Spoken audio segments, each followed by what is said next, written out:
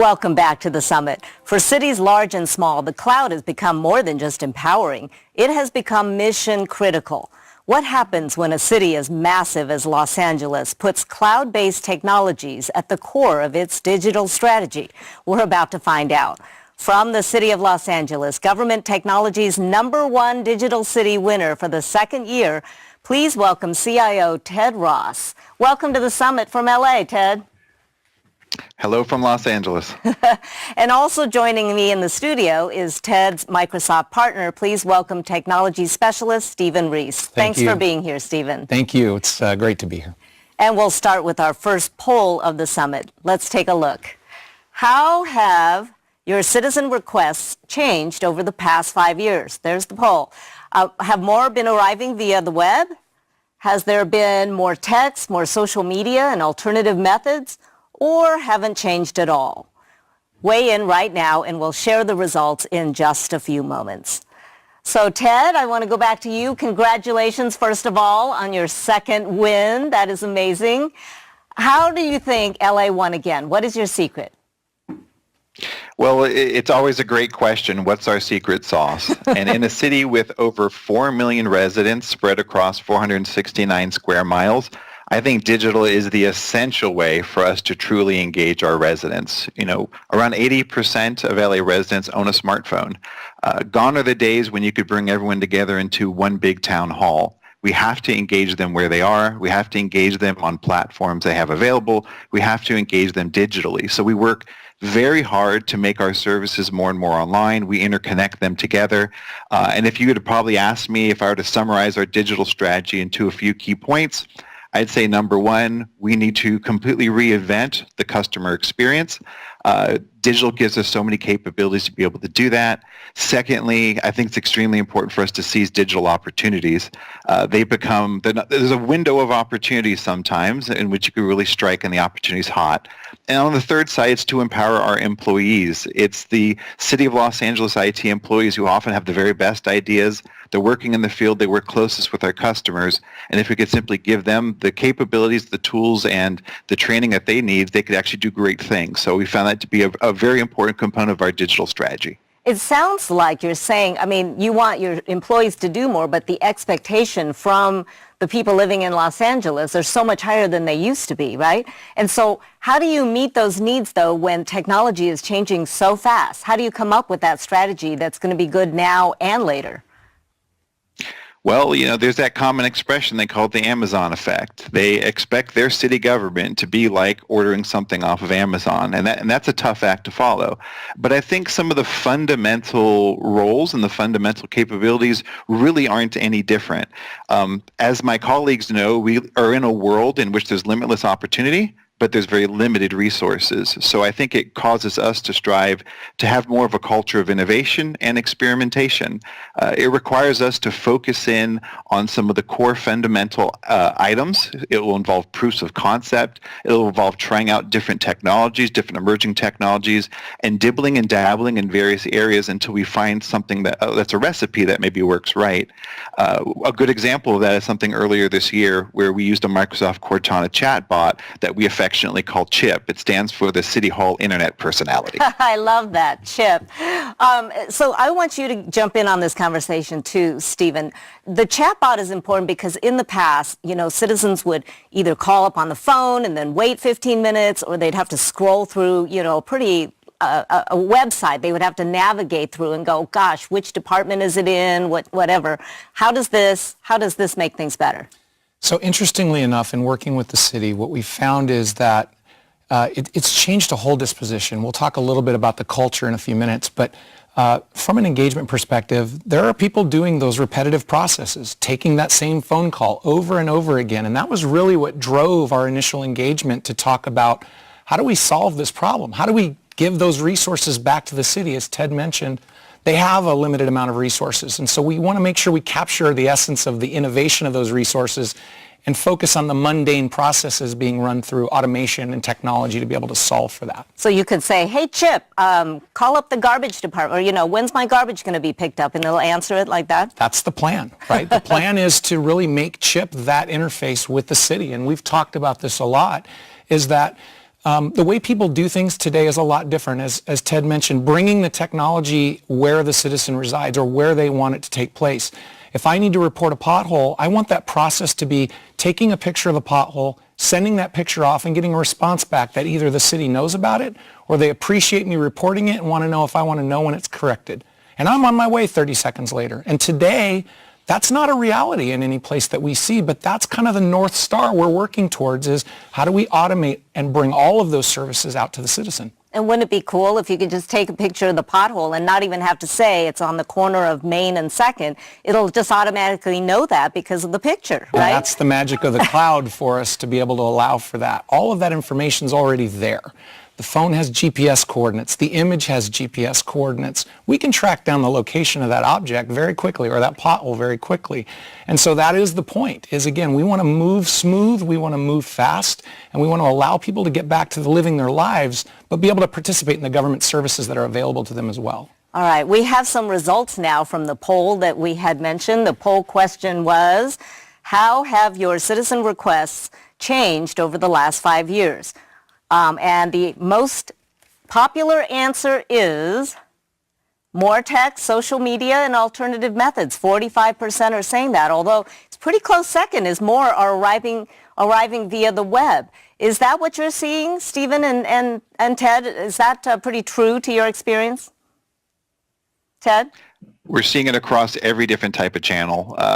We have a traditional 311 call center.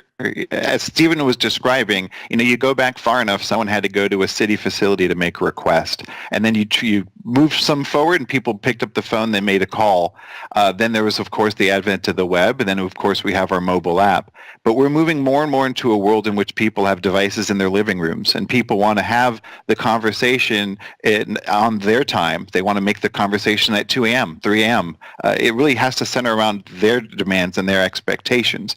We start off with Chip using what we call our BAVN system. You could even check it out at labavn.org. And what it is we publish all of our opportunities for city contracting. So it's a way for businesses to get city contracts. And we started with that as our first approach because A, we already had frequently asked questions. So we had a couple of hundred questions that we can make available. But B, it's a pretty complex system. We're a large municipal government. It's not easy. It's not always easy to do business with the city of Los Angeles. So we had a very important constituency in our businesses. Our mayor has our back to basics agenda, and one of them is to be a prosperous city. So economic development is always important. But we also have a group of people where we're trying to help simplify a complex process. And some of the statistics that we had just early on were impressive. We knew we were in good shape when within the first 24 hours without advertising, we had 180 questions. Wow. Some of which were at hours that were bizarre to us, 2 a.m., 3 a.m., 4 a.m. All those and here night we owls. are.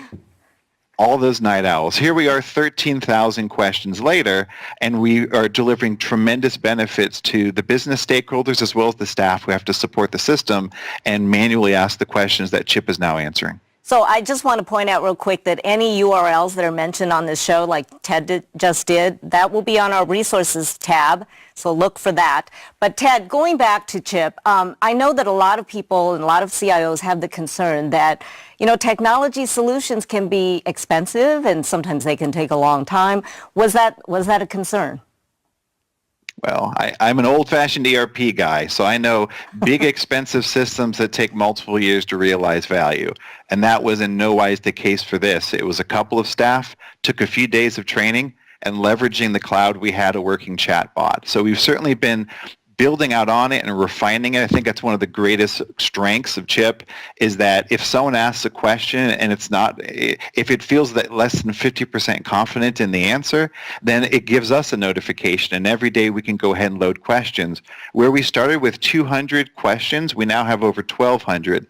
And this is a learning bot because it gives us the ability to answer the questions people are asking, not creating a very large dictionary of questions that people may or may not ask. So it's very efficient for us and it's very effective for us. And it's allowed us to dramatically reduce call questions. We're getting something like a 60 to 70% reduction of questions to the human staff because Chip is able to field those, which frees the people up from having to answer the same monotonous question over and over again, and it helps improve their morale because they can kind of tackle the more challenging ones. Absolutely, and that machine learning will just make Chip better and better over time, right? Were there learning moments, and you can jump in on this too, Stephen, that you weren't expecting, that weren't planned for? There's always learning moments in this. I think probably one of the greatest ones, and I know Stephen can expand on it, programmers are really great at building apps, but Chip is something more than that. Chip is a conversation. Chip needs to be friendly. Chip needs to have content and even personality. And we're asking a lot of our technical staff to do that, but our staff have really been stepping up to the plate. The same way that there was the whole mobile first discussion in which when you move to a mobile app, it's not about taking a standard desktop app and moving it onto a mobile platform. You really have to streamline it and narrow it down. This is a voice interface. This is a textual chat interface. I can't send paragraphs of text back at the user. And this is requiring us to think about how we put together our content. Yeah, we're really working on driving conversation as a service, right? And we talked about, and Ted mentioned this earlier, is every time we want to introduce something new, if we rewind 10 years ago, the cost and the analysis and everything that has to go into deciding whether we're even going to try that was very expensive and time consuming. Today, we make plans to discuss things like translation services, and 2-3 weeks later, maybe 4 weeks later, we're enabling translation services and able to validate that whether this is going to be a success or failure, and it's done so at a very low cost exchange. And that, I think, has been a real fundamental learning curve for all of us. Is we can't be afraid to fail. We need to move quickly, and we have the ability to move quickly because cloud's really providing that. They don't have to make those upfront investments. Right, because, Los Angeles, the number of languages spoken there has got to be mind-boggling, dozens and dozens, right? And so Chip has got to be able to do that. So you mentioned a little bit about saving human resources. I want to talk to you about the business value of cloud-based solutions for cities. So the real business value, I think it goes back to twofold, right, is really empowering citizen services back to the citizens, allowing them to consume the services they need where they need to consume them and not forcing them to do it on our paradigm. That's one. I think the other side of it that we've started to really witness is the cultural effect of Chip on the employees and the staff. As Ted mentioned, right, the developers, their disposition changes a little bit when they're interacting with Chip because they are teaching him quirky things. It's like nurturing a child. They're teaching, answers to questions like, when were you born? Because people will ask those types of questions. And really? They will. Absolutely. They talk to him like a human being. And that's what we want, right? We really want everyone, the employees, we want the citizens, we want visitors, all to look at Chip as being just that, as a person. And that becomes that persona, so to speak, that internet persona for City Hall becomes the brand ambassador for the city. So it's been really exciting. That's kind of cool. I hear that Chip is like on the walls over in City Hall now, or various buildings, so that's, Chip is who greets you when you walk in too. Is that right, Ted? Yeah, Stephen was the one who pointed that one out, and I observed it and I saw it, but it's become so much second nature that I didn't think it was an issue. But we've got up on our walls, we've got Chip in a variety of different places waving and saying hello, and so the branding is important. And he's not a very threatening robot. He's that nice robot, the one who gives you a calm, friendly answer every time you want it. Yeah, so where are you going with this? How would you further leverage Chip, looking into the future? Do you see more chatbots or bots of other types, more chips and other, you mentioned the business services, but are there other areas where you might want to do this? Oh, there's many areas. The beauty of a platform, it's not just a single purpose app. It's something you could leverage and re-leverage. I think Terry was touching on this topic quite effectively. It's important in government to set up platforms that can get used and reused. So we've been leveraging this to load up the city calendar and tell people events and what's going on in their neighborhood. We're loading it to be able to bring in all of our 311 knowledge base. So we have over 1,500 311 articles. These are articles that to give you all sorts of information regarding how to replace a trash can, how to get a pothole filled, etc. So Chip becomes smarter and smarter and smarter. So whether it's from a broad city question and answer perspective or in very specific initiatives on the training of employees or setting up our emergency operations center, we can load Chip with all this different content and leverage him in so many different ways. So there are many other projects already in play. You talked about 311, which is, if people don't know, the sort of number they can call for every kind of city service, right? Go ahead. That's absolutely right. And I think more back to what Ted was saying, right, is I think as we're looking at it, as Microsoft looks at this as a partner with the city of LA, is people ask various questions. They can go from what day is my trash pickup and how do I get a pothole replaced to how do I pay my taxes? And those are completely disparate departments within the city. And what we have to be able to do is we have to turn Chip into a know-it-all. And I mean that in the most lovingly way possible. But Chip really has to be able to know how to... Chip needs to be that source, that single source of truth that people can ask questions to and be directed where they need to go. And as we continue to empower that, all of these services will start to come on board and it will become one singular thread of motion through the city. And that's, I think, what's exciting for us. Like a concierge, you know? Absolutely. Chip might be able to get you tickets to the Clippers. I don't know, you know? Funny you should mention. Oh, yeah? I'm a Laker fan, so Oh, I'm just okay. putting one out there. Well, maybe they can do that too. I mean, I'm sure that Chip gets questions that it's not related to the city of Seattle. I mean, the city of Los Angeles. So then, I mean, is there a way to link, to direct, to, I don't know. Yes. So the answer is yes to all of it. Mm-hmm. Yeah? There are those plans, absolutely, to really turn Chip into a concierge for not just the citizens, but visitors to the city of LA. There's a big tourism that comes through the city as well, and people need to understand and want to figure out, how do I get where I'm trying to go? How do I get tickets to the latest play that's going on, or to the latest event that's happening nearby? And being able to empower them to have one source of truth, again, whether they're a citizen or visitor, is a very impactful thing for the city. As Ted mentioned, economically speaking, you know, the Olympics aren't that far out before they come back to That's LA. true. And our goal is to be able to allow them to have a navigation unit for everyone that comes worldwide. There will be a lot of questions about that, so get ready, Ted. I want to, you know, sort of talk about other cities that may be considering this, because, you know, we saw this, I don't know whether retail started it, but that's where a lot of people are familiar with chatbots, is, you know, from retail. I'm surprised that more cities and counties aren't already doing this, but I think they're thinking about it. So what considerations should they have in mind as they're proceeding? Ted? Absolutely. I think most cities and counties, most government is very aware of what they need to do from a web perspective. So they're delivering up web content. And this is a bit of a pivot. It's taking much of that same content, figuring out how to streamline it appropriately and bring it more into that conversational type of structure, which is difficult in some ways, but extremely important. This is that next wave of how people want to engage their government. And this is really just about stop being so government-esque, right? Stop being so technical, and move our content and move our communications into something that's more friendly and more human.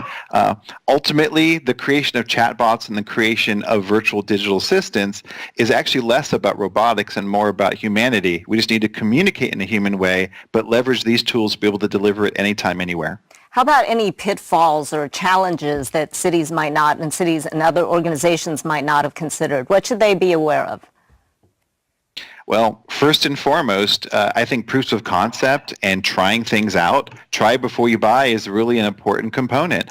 Cloud allows you to do pay per use. It allows you to make a minimal investment, try something out, and see if it works for your organization. I wouldn't even presume to say that what LA does, everyone needs to do. I think everyone needs to try it out. You have different communities, different stakeholders, different focuses, and yet these platforms, I think, can be very much cross-representational and can cross-apply.